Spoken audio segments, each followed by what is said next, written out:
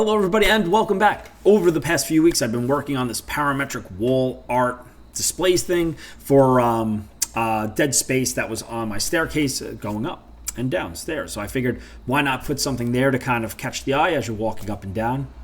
Probably not a good idea, someone's going to fall, but I don't know. It was a dead space and I thought it'd be pretty cool to hang something there. So what I did is I designed this parametric wall feature here. Really what I did was I took a bunch of sketches and made the design I wanted, so like this shape right here, and then I did it in a few other ones, and then I lofted everything together. After I lofted it, I basically made a cutout and patterned it, and there you have it here. I turned those into components, and from those components I was able to create a manufacturing model where then I could program that for the Onefinity CNC machine to cut these out. And from there, which is a matter of a lot of sanding, a lot of assembly, painting, and then finally hang it up. So I'm going to run you through the whole thing, or the following parts of this video. I'm going to go through the whole steps and problems I encountered or any things I would change for next time. So, all right, here we go. Hope you enjoy it. The material I chose for this project was 1/2" MDF. I used the ultralight version of the MDF to save a little bit on weight. Also, it's substantially cheaper than pretty much anything else that you could get as far as a sheet good. Then from here, just cut it down into 32-inch sections because that is what fits on the Onefinity Journeyman CNC machine. So once these pieces are cut down, it's just a matter of mounting them up. And on this machine, because it's vertically, we run into a couple of issues, but it's really not too bad.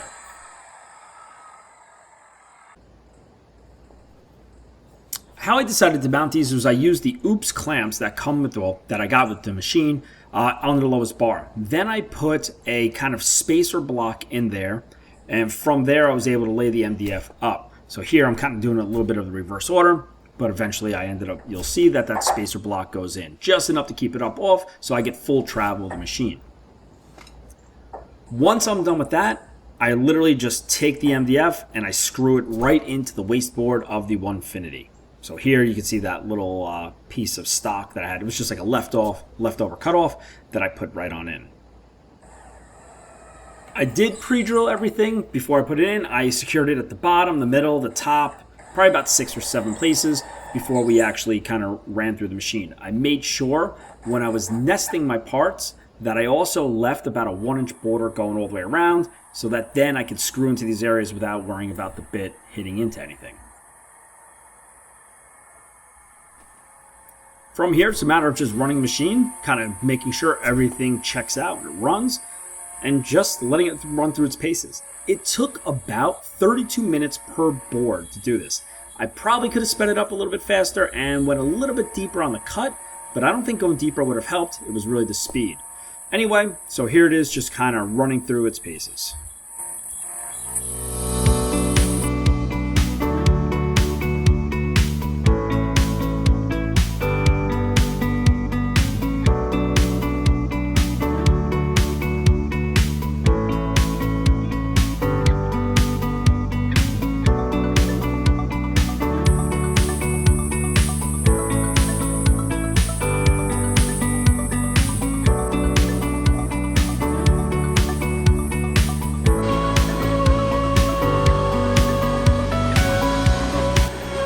Here on this view, you can see where the machine's picking up and down, where it's cutting tabs. The tabs I did like about a 1/4 inch, spaced every about 6 or 7 inches. That's so that the pieces wouldn't fall out as they were getting machined.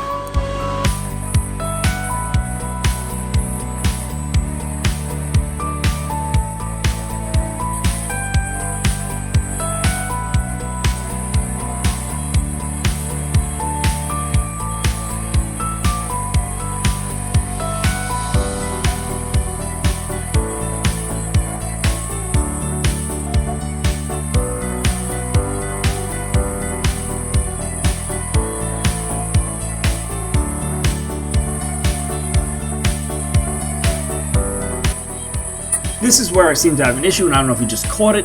I actually got the bit too close to one of the screws I put in, and it ended up hitting just a little bit, but then also the dust vac. I've been fighting the dust vac on this thing, or the dust attachment, for a while. It seems like when it's up high, there's too much strain on it, and the magnets pop off. I'm probably going to do something so it holds it overhead, but for now this will do. It does work as intended because it does pop off, and it doesn't damage anything. I literally run it and I can put it right back on while it's running. It's not a big deal. It's just something that I've been dealing with since the beginning. This is probably where I could have saved a ton of time in my programming for these panels. And I ultimately changed it for the later ones, is that I ended up, instead of just like, I don't know, I picked the pocket and then I bored it, and then because of the boring process, it goes at a really slow ramp. And I could have saved time if I wouldn't have done it, and I did it later. I just excluded them.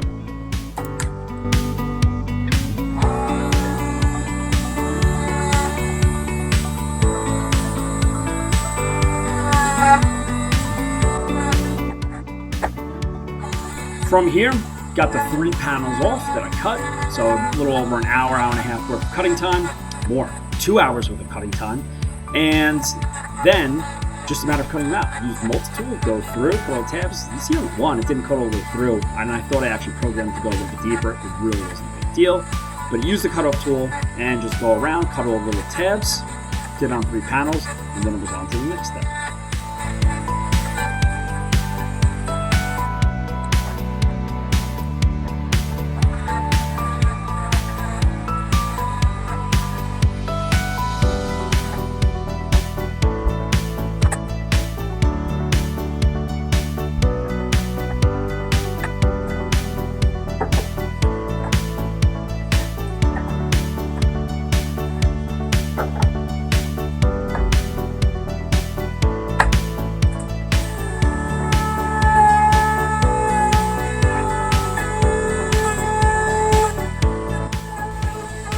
In my compact router, we just ran a flush trim bit and just went around cleaning up all the little tabs and any other little bits and pieces left over from the machining process. And there was 32, I believe, of these slats all together, and it wasn't too bad of a process, just kind of got in a flow, kept them stacked, and just went from one to one and made its way through.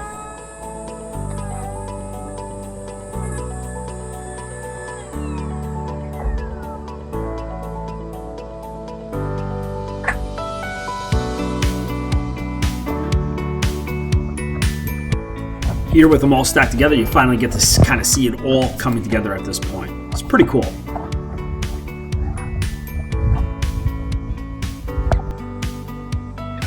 Here I'm fixing one of my mistakes. I accidentally hit one of the wrong programs when running like either the second block or third one, I don't know, whatever panel it was, and I caught it. And instead of like wasting that whole board, I just ran through the program the way it should have, or the correct program. So I went in with some Bondo here, some wood Bondo, and this stuff's great. Put it in, it sets up in like 10 minutes, sand it, ready to go. One little mistake or bigger mistake in this whole process.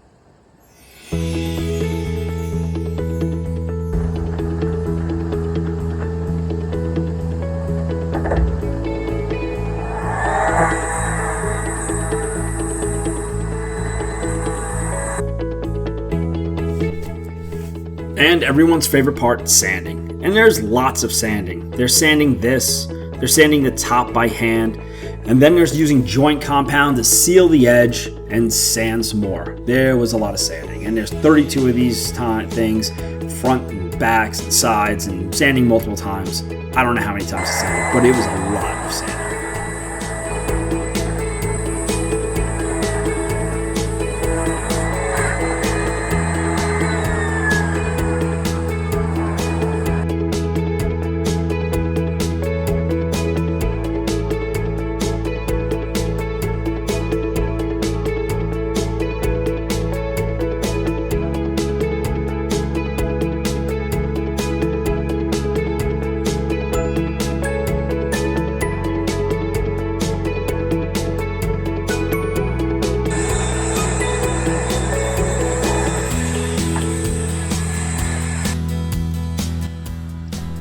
So earlier I mentioned about the joint compound. So MDF, when it gets milled, it leaves like a fibrous end on it.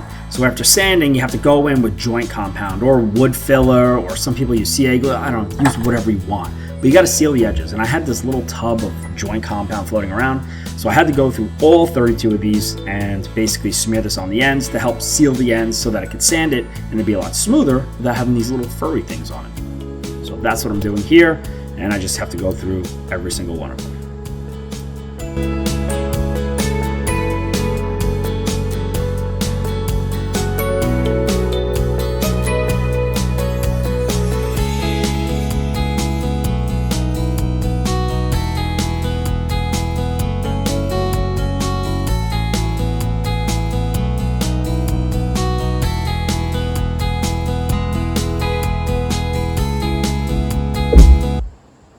All right, so I got the, while this is all drying up, but it basically just did sealed the edges with drywall compound. We're gonna give that a quick sand. So while that's drying, we're gonna check out this MaxPray Airless paint spray, the M1, made by InoKraft. It's looking to break into the market where the Graco Magnum X5 is. I also did a review on that. There should be a link to that one somewhere, I guess, or you can check out any of my videos. But got a hold of this one, trying something different. Airless sprayer comes with the 515 nozzle in the sprayer. They're probably interchangeable Graco, but I'm not positive. 12-inch extension tip, which the Graco did not come with, I don't believe. 25 feet of hose, so that's it. Opened it up. I forgot to turn my mic on, so it's already started getting opening. So this must be the extension right here. We'll open that up later. We got some hose. We got box packaging, laminated sprayer, spray guide, directions, some little rubber grommet that comes with this. Here's a sprayer, so let's take a look here. So similar to the Graco, it's got this nice rubber handle right here, which is kind of nice. Nothing really to remove and clean filter inside of handle after use. So there's a filter inside the handle. I don't know if my Graco has that. I don't know. We'll get a wrench. We'll open this up. We'll see what the deal is with the with that in there. So it looks like that pops off. All right. So I'll wait until I have a pair of pliers. But yeah, I don't know. That's kind of cool. I don't think the Graco's got that in there. Lock. Unlock, turn this way, spray, unclog, and spray. It looks very similar to the Graco there. Goggles, it's always good to have.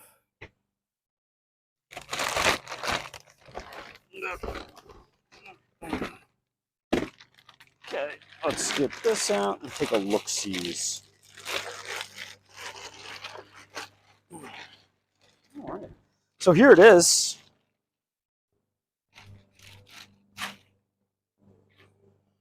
Got your little, I don't know what's in here. Let's see what's in here. Cool little satchel. Get it open. Ooh, got a little brush to clean with. Comes with the wrenches, like that. What else have we got here? Hose attachment, and ooh, look at that. So it comes tools. Graco doesn't come with the wrenches or any of that stuff. I like that. Appears to be aluminum right there. Plastic, aluminum. The little button right there. It's pretty light. Little button right there is, encased in. Cord. I don't know how long the cord is. That I don't know. You have your spray and prime button right here. That seems pretty normal. That's where a hose is going to hook up to.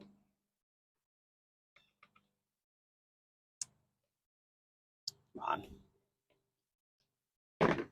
That's a little nipple thing. All right, there you go. The sticker's coming off a little bit on it. It's pretty humid, so I don't know. But prime, clean, high spray, low spray. It's got the little plus minus side for your pressure right there. I mean, I don't know. It doesn't look too complicated. It's got nice little hooks. I don't know what they're for. maybe to wrap the cord up. So definitely pretty light. I gotta get my Graco out. I'll do a side-by-side comparison of these things eventually to see what the dealio is. Let's take a look at the extension nozzle. Kind of like having the extension nozzle. There it is. I mean, everything seems nice. I don't know. $299. That's what they say. Get it on Amazon. I don't know. Looks nice. So there you have it. Those are those parts. As soon as these dry, we'll get them sanded up. We'll give this thing a shot. We'll see how it goes. I mean, it looks, I don't know, it looks pretty nice. I don't know. You don't know until you use it. I like the fact that it comes with wrenches. I mean, I have wrenches, but it's nice that they're there. They come in that little pouch. So we'll get this thing all set up, ready to go, sand those things, and we'll see how it is. I don't know. All right. Yeah, it's got the little bucket just like the Graco does for that. All right. So in a little bit, let's get these going. Sanding. This has been nonstop sanding of these things.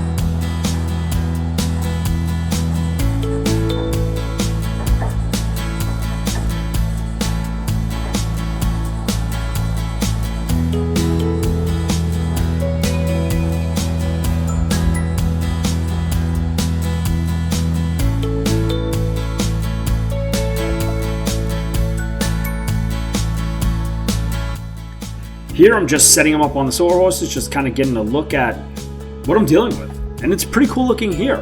And we'll just do a quick little walk around before we start getting it set up to actually spray.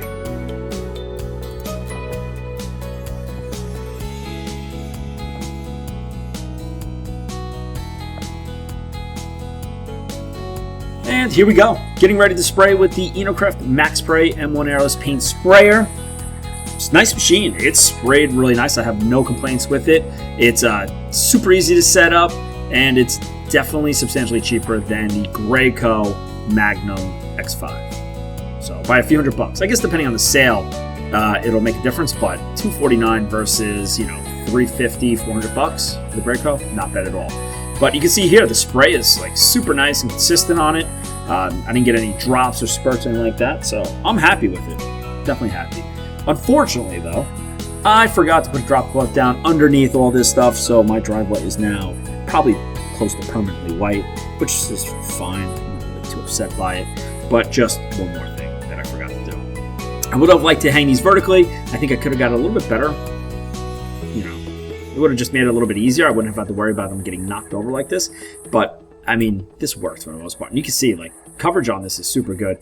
What I do like about the airless sprayers is that the dry times are substantially quicker. I just think because by the time it gets on there, it's a nice, easy coverage, that it does drop down that dry time substantially. And here we are, taking a look at them. This is, I believe, after the second coat, or the second go-around. And pretty good. So that first one was with the primer, and then here's with 2 coats of white on it. I think it's like some Home Depot or Home Cheapo white. Looks good. Good enough for this. So the way I designed this is that these two 1x3 rails would basically hold everything together. That's what those cutouts for are in each of the actual slats. I'm using pocket holes here to connect the outer or most pieces, because then I know that they're pretty sturdy, and it also will hide any seams that I see on the end. So here we went in the pocket holes and just using one of the other ones on the slats to kind of just get everything aligned. And then I just go in with an 18 gauge brad nailer, put them in with some glue, and then pocket holes to kind of finish it off and hold it all together. Pretty straightforward. And then to assemble the rest, it's kind of the same. It's similar, except no pocket holes. I just go in with glue and brad nails and a set of spacer blocks and get it down the way to the other side, which is where I made the mistake, and you'll see coming up in a little bit.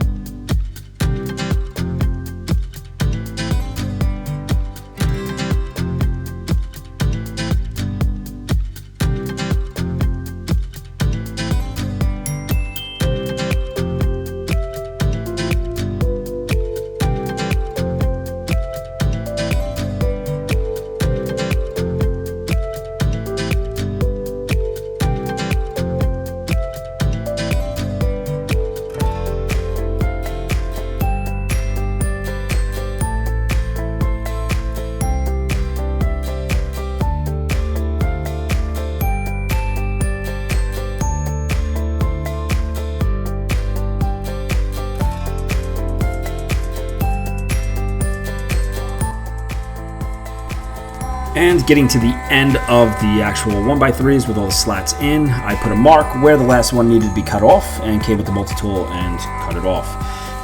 If I would have done this or thought ahead of time, I would have left about 3 or 4 slats out, so then I could have put pocket holes in here as well, but I didn't, and ended up having just to affix the last one with glue and brad nails. It's not going to go anywhere. It's still pretty sturdy at this point, but I would have been happier with pocket holes.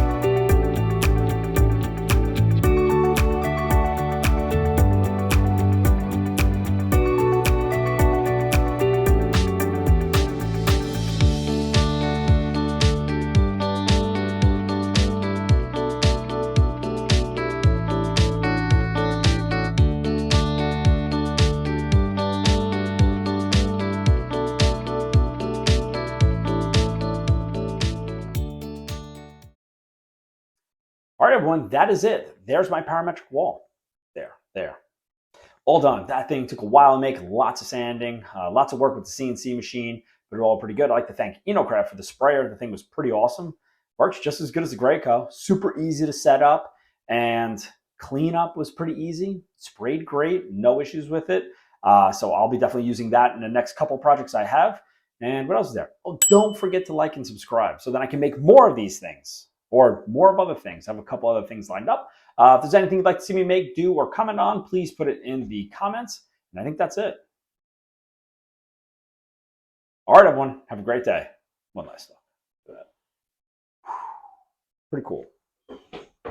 Maybe I'll mount it somewhere else. And goodbye.